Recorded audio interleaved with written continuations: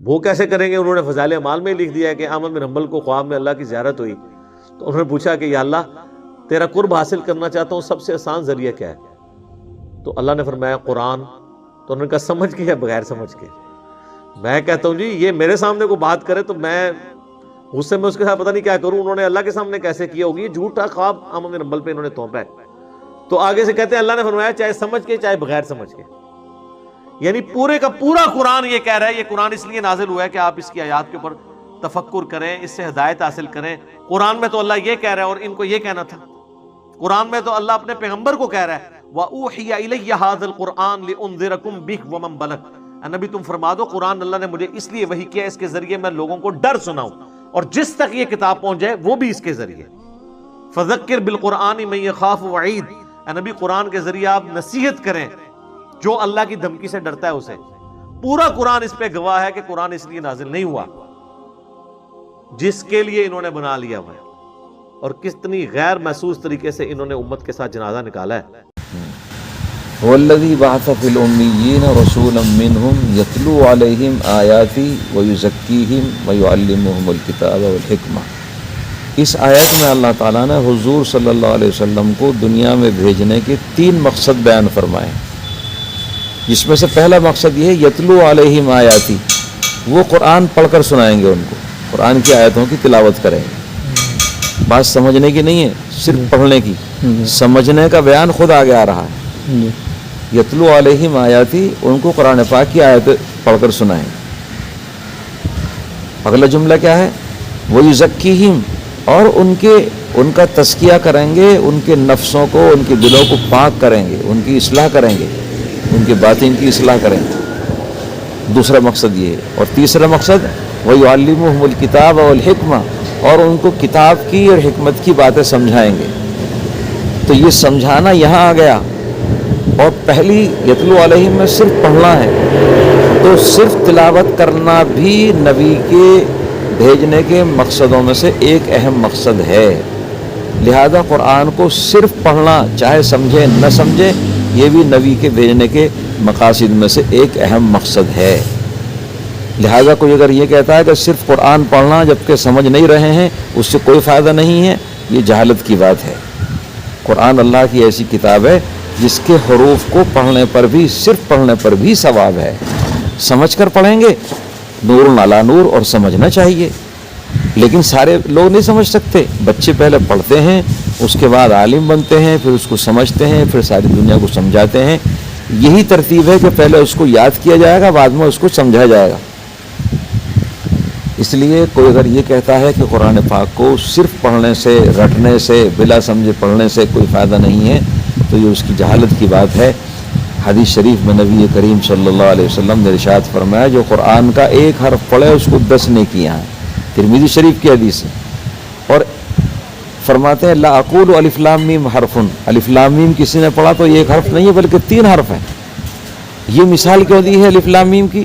اس لیے کہ الف لام میم ایسے حروف ہیں جن کے کوئی معنی جانتا ہی نہیں ہے، یہاں تک کہ اللہ کے نبی کو بھی اگر معلوم ہے تو انہوں نے امت کو بتائے نہیں ہیں۔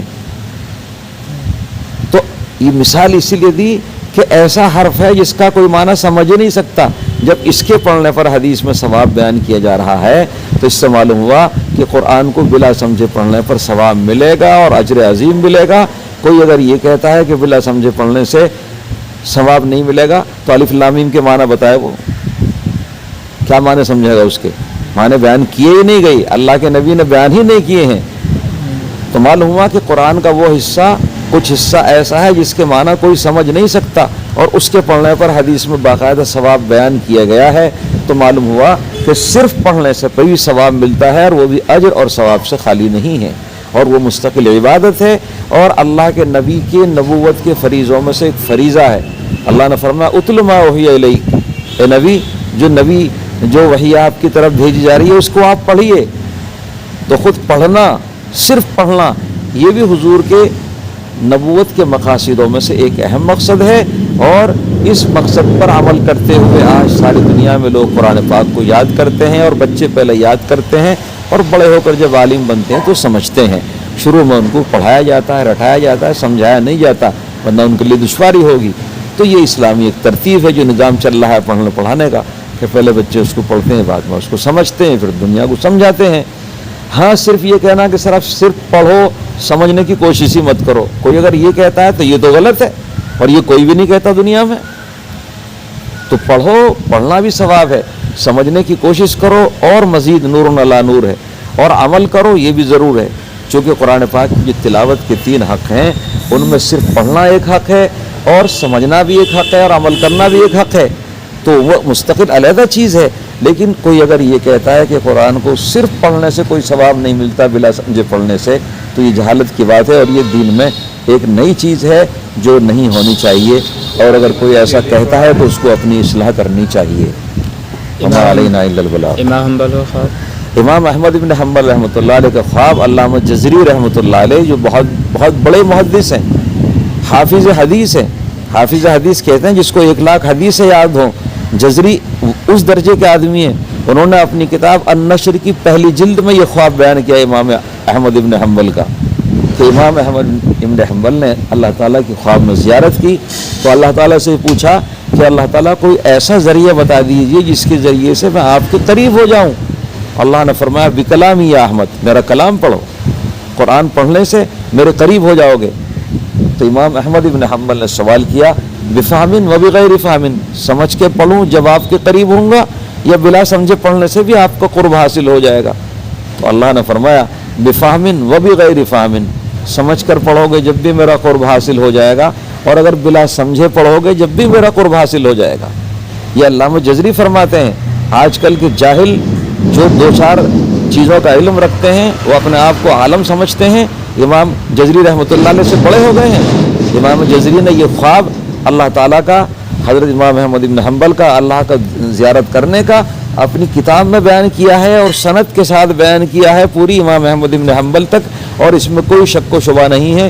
اور اس وقت روئے زمین پر علامہ جزری سے بڑا کوئی دنیا میں عالم نہیں ہے، چاہے وہ اپنے آپ کو کتنا بڑا حدیث محدث اور اہل حدیث کہتا ہو، ان کے سامنے سارے کے سارے جاہل ہیں۔ انہوں نے یہ خواب بیان کیا ہے۔ یہ پڑھے لکھوں کی باتیں ہیں، جاہل لوگ باتیں کرتے ہیں کہ صاحب قرآن کو رٹو طوطے کی طرح رٹنے سے کوئی فائدہ نہیں ہے، یہ ان کی جہالت کی بات ہے، ان کو توبہ کرنی چاہیے، ورنہ ان کے ایمان کا بھی خطرہ ہو جائے گا۔ واللہ اعلم۔